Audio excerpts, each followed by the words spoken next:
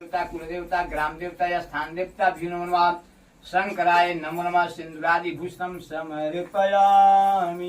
अबीरं च गुलालं च चूड़ाचन्दनमेव च भगवन् शंकराय नमो नमः। उमा महेश्वराय नमो नमः। इष्ट देवता कुलदेवता ग्राम देवता या स्थान देवता भी नमो नमः।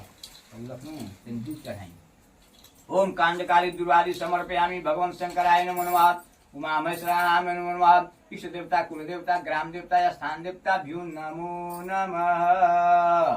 कांडकारी दुर्वादि समर्पयामि। फूल ओम माल्यादिनी सुगंधिनी माल्यादिनी प्रभु पुष्पाणि पूजास्पतिगतां भगवन् शंकराय नमो नमः। उमा महेश्वराय नमो नमः। इष्ट देवता कुलदेवता ग्राम देवता या स्थान देवता भ्यो नमो नमः।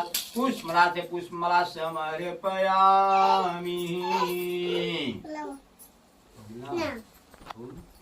शंकराय नमो नमः। उमा महेश्वराय नमो नमः। अशताशतं समर्पयामि। बहुत चढ़ेला, भांग चढ़ेला, धतूरा चढ़ेला, बेलपत्र चढ़ेला, शंकर जी के बहुत चीज चढ़ेला। बाकी जौन बात तौने में माफी मांग लेवे के बा। हो गेलो धूप अगरबत्ती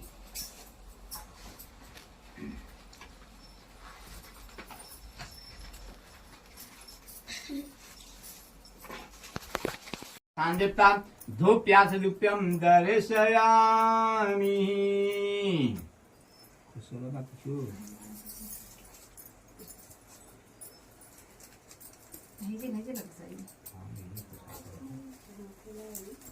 एक ही किलो में एक ही किलो धो दी जाए सब खुश दीजिए और गिर आराम से हाँ उगा के देखम जी रुआ बचिए के और दिया जरा दूंगी अभी क्या कहते सब चीज के समय बा अलग अलग। अब दीप जरी धूप के बाद दीप आ दीप के बाद नैवेद्य मतलब भोग।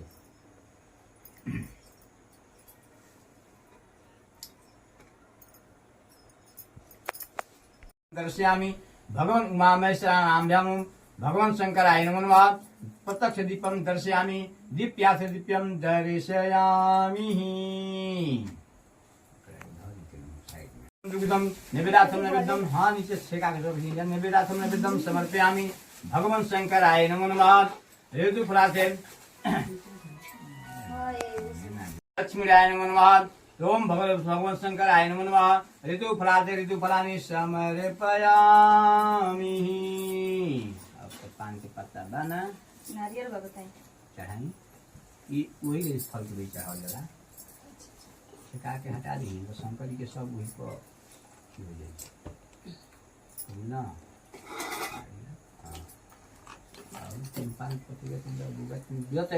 समर्पयामि। भगवान शंकराय नमो नमः। उमा महेश्वराभ्यां नमः। इदं पादं जल इदं पादं शुद्धे स्नानं समर्पयामि। भगवान शंकराय नमो नमः। आचमनीयं जलं समर्पयामि। इदं पादं शुद्धोकं स्नात समर्पयामि। भगवान शंकराय नमो नमः। उमा महेश्वराभ्यां नमो नमः। भगवान गणेशाय नमो नमः। एक सिक्का कम से कम चढ़ा दी जाएगी। उमा महेश्वराभ्यां नमः। भगवान गणेशाय नमो नमः। हे भगवान सदा वसंतम हृदयारविंदे भों भुमानी सहितम नमामि। बोले शंकर भगवान की जय। अब हाथ में शक्ल नहीं जा थोड़ा थोड़ा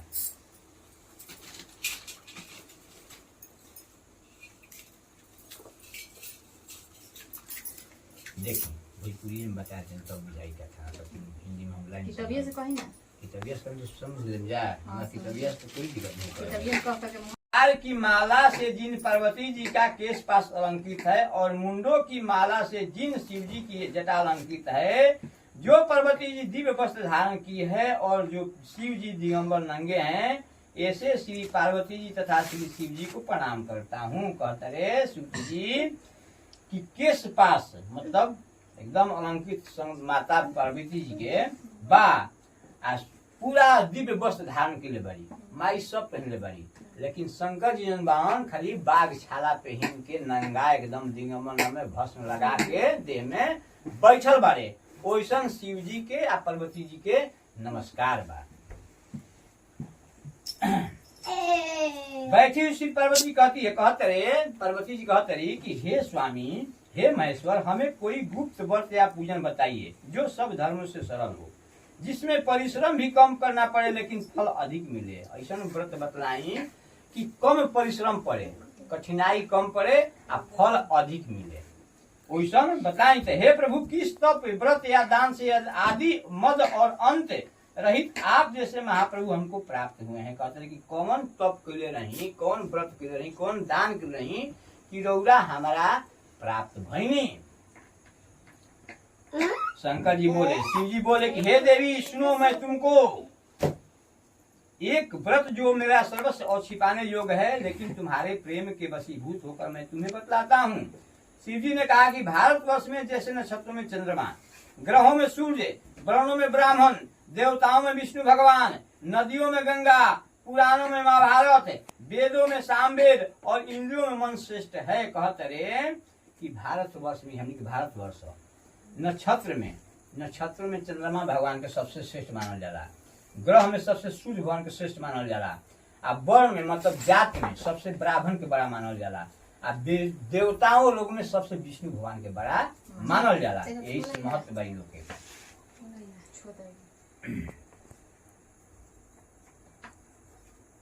मैं तुम्हें एक प्राचीन बात बतलाता हूँ, एकाग्र मन से सुनो। एगो प्राचीन मतलब बहुत पुराना कहानी तारा की कथा सुनावत है, सुनो बढ़िया से। यह वृत्तांत मैं तुमसे कहूंगा। पार्वती जी ने पूछा कि हे नाथ, मैंने क्यों यह व्रत किया था या सब आपके मुख से सुनना चाहती हूँ। कहते रहे कि उत्तर की ओर सबसे जो भारतवर्ष के उत्तर दिशा बा ओया हिमालय पर्वत बा, हिमवान पर्वत बा, ठीक बा। हिमवान पर्वत पर जैसे मतलब पूरा पेड़ रुख लागल बा, आ पूरा गंगा जल के ध्वनि सुनाई देता। ओया अप्सरा लोग, देवता लोग, जिसे किसी आदमी बिहार करे खातिर घूमे फिरे खातिर जाला, वो सही सब लोग जाके सीधे आचरण करला लोग, घूमेला फिरला लोग। वही जगह में कुछ 12 वर्ष तक उल्टा टांग करके लंकाई में, बाल्याकाल में, लंकाई में सही बाल बच्चा बड़ा सा छोटा छोटा नहीं, वैसा के बाल बच्चा के समय में छोटा उम्र से ही पार्वती जी तप करत रही। बाल्यकाल में जब पार्वती जी भैली तो 12 वर्ष उल्टा टांग करके धुआं पी के रही। 64 वर्ष तक सूखा पत्ता खा के भगवान विष्णु के, शंकर भगवान के प्रसन्न करे खातिर तप करत रही। जब माघ के महीना होखे तो इसे कैसे शीतलहरी चला माघवा में, वो समय में ठंडा जल में बैठा रहत रही पार्वती जी। ओकरा बाद सावन के महीना में उपवास रह के भर सावन आसही जल बरसत है। तो पहले जल तो सावन में पूरा न होता है, अब सावन में जल होत कहाँ बा, वही जे बैठ के आराम से तपस्या करत रही। ये देख के जैसा इनकर तपस्या देख के इनकर पिता के नाम रहे हिमवान। पिता तपस्या देख के सोच में पड़ गुलन कि हम अपन कन्या के कहाँ केकरा साथे विवाह करब। सोचे लगले। वही समय नारद ऋषि आकाश मार्ग से भैया अले के प्रस्तुत भइले। प्रस्तुत होके कहले, जब अले नारद ऋषि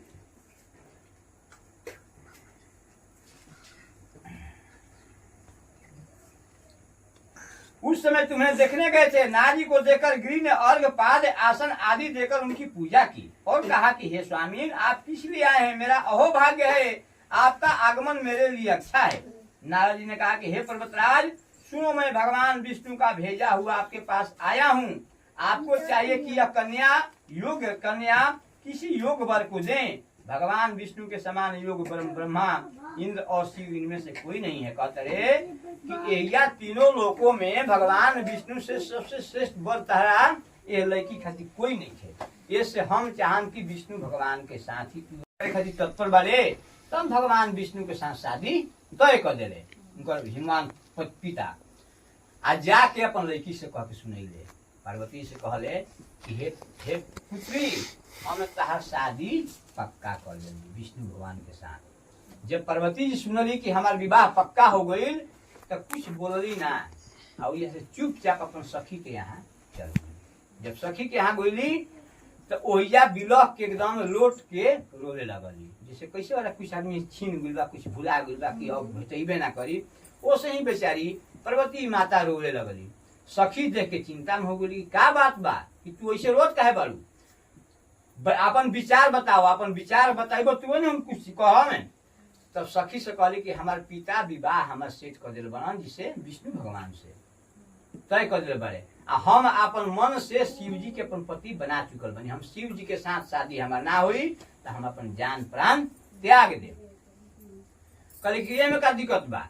एमे कोई दिक्कत नहीं, चलो तारा विष्णु भगवान शादी नहीं करके शंकर भगवान शादी करके बनू तो हाँ, तो चलो जाओ ऐसा जगह में कि पिता के पते मत लगे।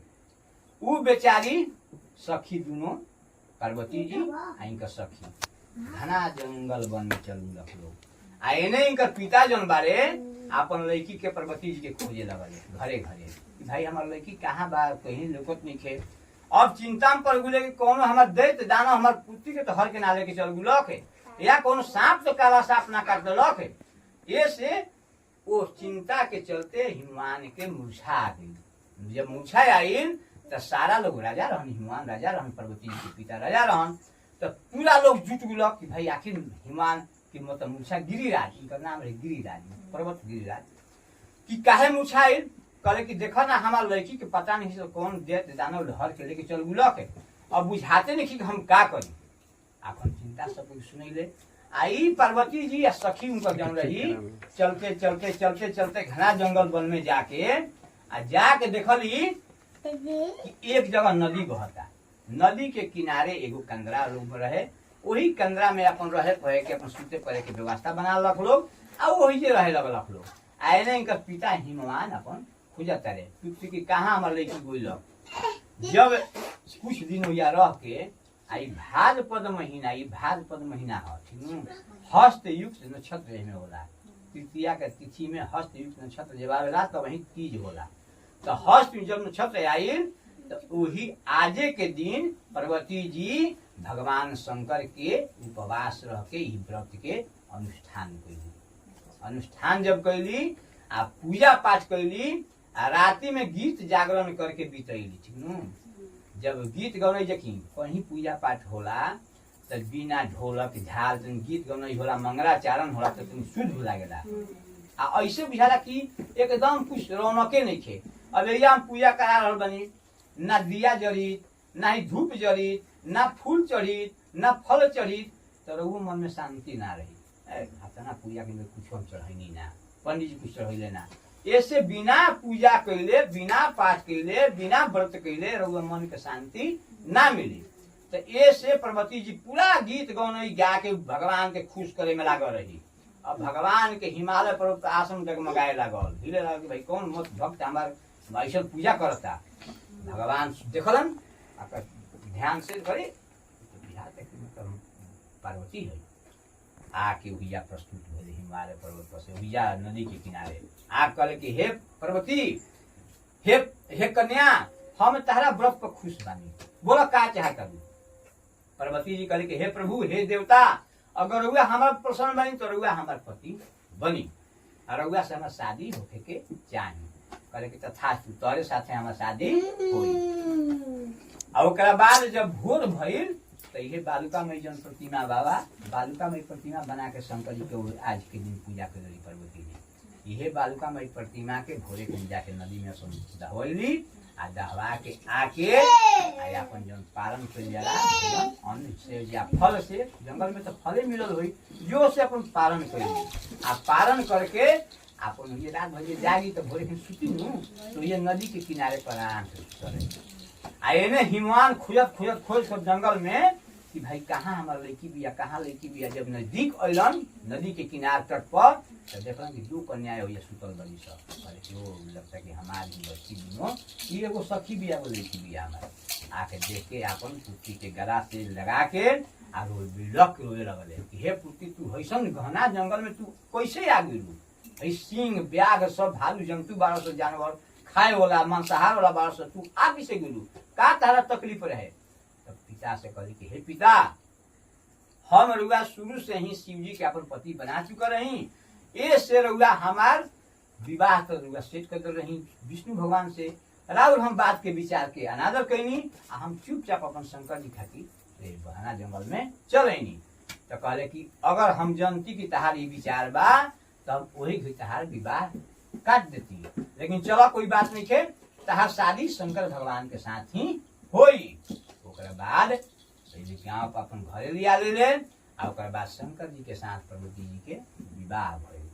वो दिन से ई आधासन के उनका सिंहासन के मालिक हो गई। उहे शंकर जी कहते रहे कि वही दिन के बाद जब हमारा शादी होता रहा हमारा, तो दिन से तू हमारा आधा आसन पा ले लू। जब शादी होता पुरुष के पत्नी के आधा आधा हिस्सा हो जाला।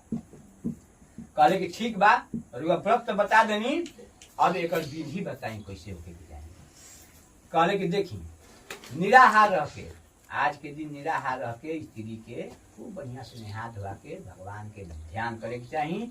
आज शाम मंडप बनावे के चाहिए। जैसे केला बन हुई चौकी, एमे केला के पतई 4 दिन से बांध के कैसे मंडप बनावल जाला, बनावे के चाहिए। आ 4 गो पानी जाओ अपन स्त्री होखस, अपन खूब बढ़िया से गीत गानो गाते हुए बालुका माई प्रतिमा के इजा लेके स्थापना करावे चाहिए। ठीक बा, स्थापना करके से पूजा करी, पूजा करा के आ कथा के सुने के चाहिए। आ उस दिन रात्रि में जागरण करे के चाहिए। आज के दिन सुनते के ना चाहिए, भगवान के शंकर के गीत गानो गा के बितावे के चाहिए। कहते रहे कि कोनो ज्यादा परिश्रम के फल नहीं खे। एक दिन भूखे के बाद साल में एक बार आई, एक बार रात भर जागरण करके भगवान के इससे का होला कि ये कैला से ऐसे फल कैला, पूजा कैला से, व्रत कैला से फल के प्राप्ति होला। का फल के प्राप्ति होला कि सुख धन संपत्ति के वैभव के उत्पत्ति होला, वृद्धि होला, सौभाग्य में वृद्धि होला, मतलब अपन सुहाग में वृद्धि होला। इस सब खातिर पूजा व्रत होला। तीज के दिन देखिए, तीज के दिन मांसाहार करे से आदमी बाघिन होला। यही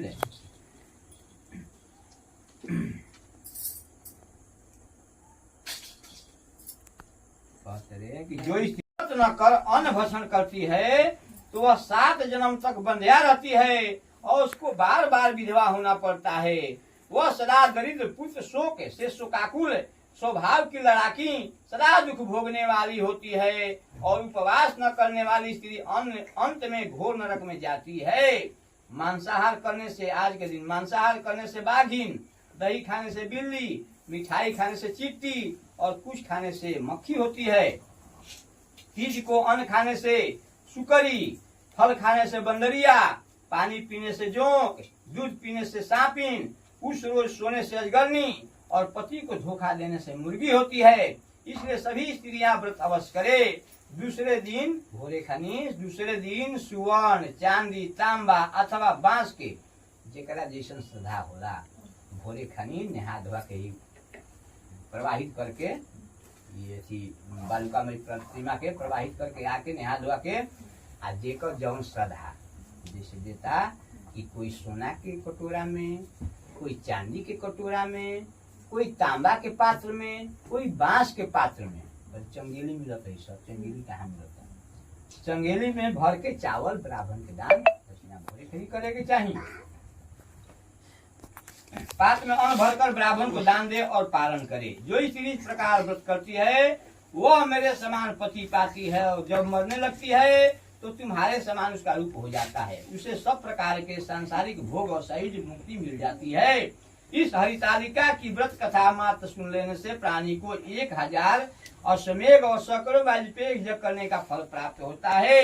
हे देवी, मैंने यह सब व्रतों में उत्तम व्रत बतलाया जिसके करने से प्राणी सब पापों से छूट जाता है। इसमें कुछ भी संशय नहीं करना चाहिए। बोले शंकर भगवान की जय।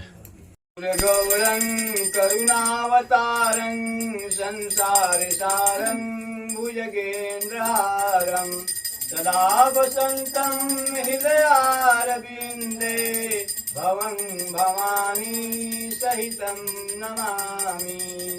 त्वमेव माता च पिता त्वमेव बन्धु च सखा त्वमेव विद्या द्रविणं त्वमेव सर्वं मम देवदेव।